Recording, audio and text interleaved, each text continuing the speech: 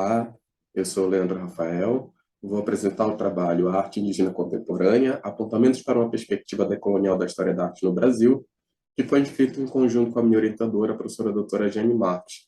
Eu sou aluno do PGE USP e bolsista pela CAPES. A nossa introdução começa tratando sobre a relação entre a arte indígena contemporânea e a história da arte brasileira, estabelecendo a partir de autores como a professora Lagrou e a professora Van Velten, que os avanços nos últimos 30 anos a respeito dessa discussão ainda são tímidos, né? E defendemos que é necessária uma postura decolonial, que entre em bases que pensem a realidade brasileira e latino-americana num contexto que dialoga com as realidades da arte aqui encontradas.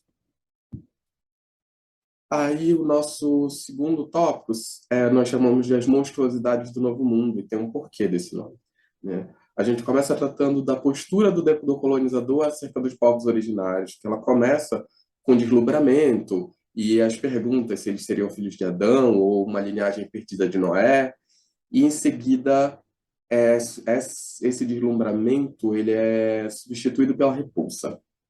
O encontro, na verdade, teria sido com monstruosidades antropófagas, como a gente consegue ver no texto da professora Goneide Gondim, A Invenção da Amazônia, e da professora da Beluso, né?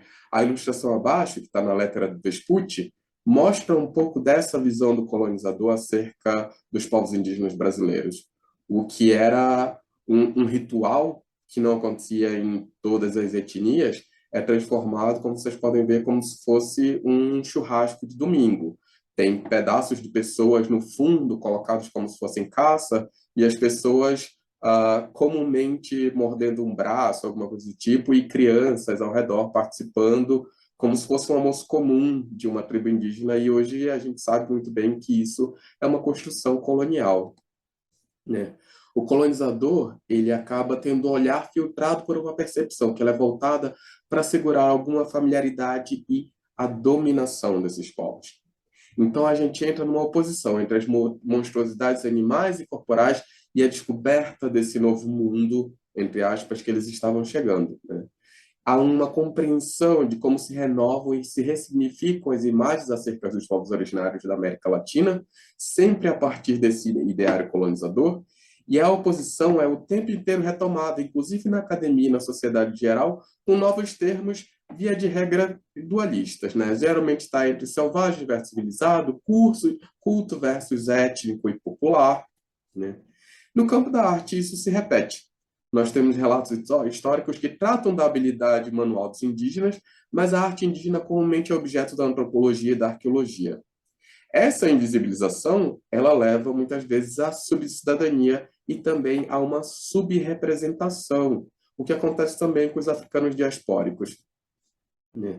Então vamos pensar um pouco mais dentro da história da arte no Brasil e essa relação com os povos originários, né? Os nossos primeiros grandes historiadores da arte, Manuel Araújo de Portugal, Gonzaga Duque Estrada e Félix Ferreira, eles estavam na busca pela arte brasileira, e essa busca ela significou também a invisibilização do indígena nesse processo. Porque uma das coisas que eles apontam, e isso especificamente está no texto de Félix Ferreira, é o problema do homem, que o problema da arte brasileira estava no problema do homem.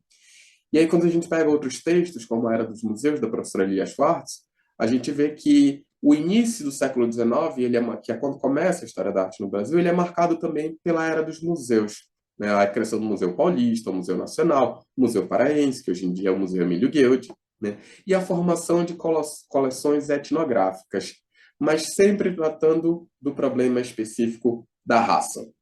E naquele momento, a partir de um lugar teórico bastante claro, que é do evolucionismo social, dentro do qual a ideia da mestiçagem era um problema, porque as pessoas que estariam aqui deixariam de ser mais brancas, e aí a gente vê a ligação com a ideia do problema desse homem que o Félix Ferreira coloca, né?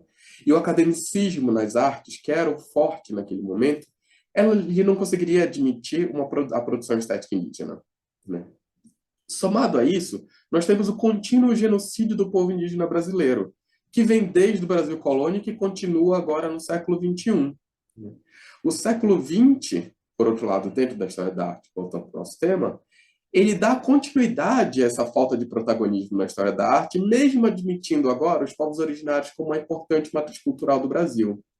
E aí a gente vê o peso da colonialidade, e aqui a gente faz uma leitura a partir do Aníbal Quijano, e a perpetuação das ideias eurocêntricas na cultura e, consequentemente, nas artes.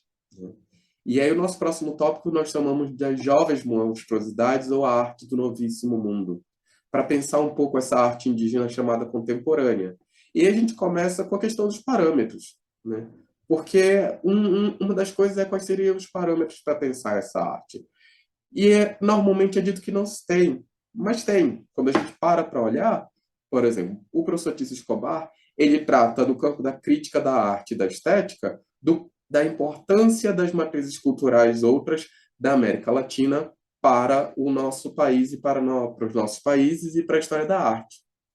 A artista da Era Tucano, uma vez ela falou que o que ela faz não é arte, que o que ela faz é horror, porque ela não consegue identificar dentro das ideias de arte a produção dela, ainda que ela seja uma artista em destaque, que ela esteja em várias exposições e tudo mais, mas a gente nota que isso que o professor Tício Escobar que fala, que a crítica da arte e a estética e a arte em si precisam se repensar para dar conta dessas experiências, ela aparece muito claramente nesse choque. O Jader Bell, ele fala da ideia de artivismo e como a arte indígena ela traz para a gente o ativismo também da causa indígena. Num outro aspecto, na antropologia, a gente pode buscar, nós podemos buscar, por exemplo, o professor Eduardo Vieira de Castro e a ideia do perspectivismo e como isso é importante para a gente entender as experiências culturais que marcam a produção dos artistas indígenas.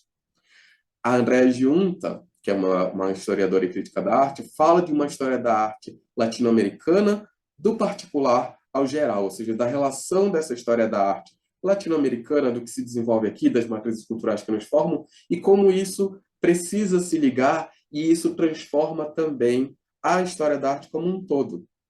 A professora Manuela Cunha faz o seguinte questionamento que a gente tem que pensar em relação às experiências. Quais são os processos, as questões e as transformações implicadas no ajuste e na tradução da categoria importada de cultura por povos periféricos? Porque isso vale também para o campo da arte e a relação entre arte e cultura nesse caso. Para terminar, falar sobre a necessidade do campo da arte de superar as relações colonialistas que os constituem para dar conta de outras formas de expressão estética, o Brasil e a necessidade de superar o ideário de evolucionismo social, que ainda é muito forte entre nós na hora de olhar tanto para o contexto e para a realidade desses indígenas, quanto para as experiências estéticas que eles proporcionam e para os objetos estéticos que eles constroem. A transformação que é aqueles que sempre estiveram aqui, porque isso é uma coisa que a gente vê um gap, né? A gente vê a arqueologia e a antropologia trabalhando com objetos e com experiências que muitas vezes são colocadas e, apesar de serem contemporâneas, colocadas no passado, e de um outro lado a gente tem o que a gente tem tratado como arte indígena contemporânea, mas como se essas coisas estivessem desligadas e como se no meio de tudo isso não houvesse uma história que nós temos ignorado nesses últimos 500 e tantos anos do Brasil. E por último, defender a ideia e a necessidade do protagonismo indígena ao contar suas próprias histórias e de serem ouvidos tanto por outros que não são indígenas, quanto por nós, não brancos, que precisamos estar aliados a esses povos.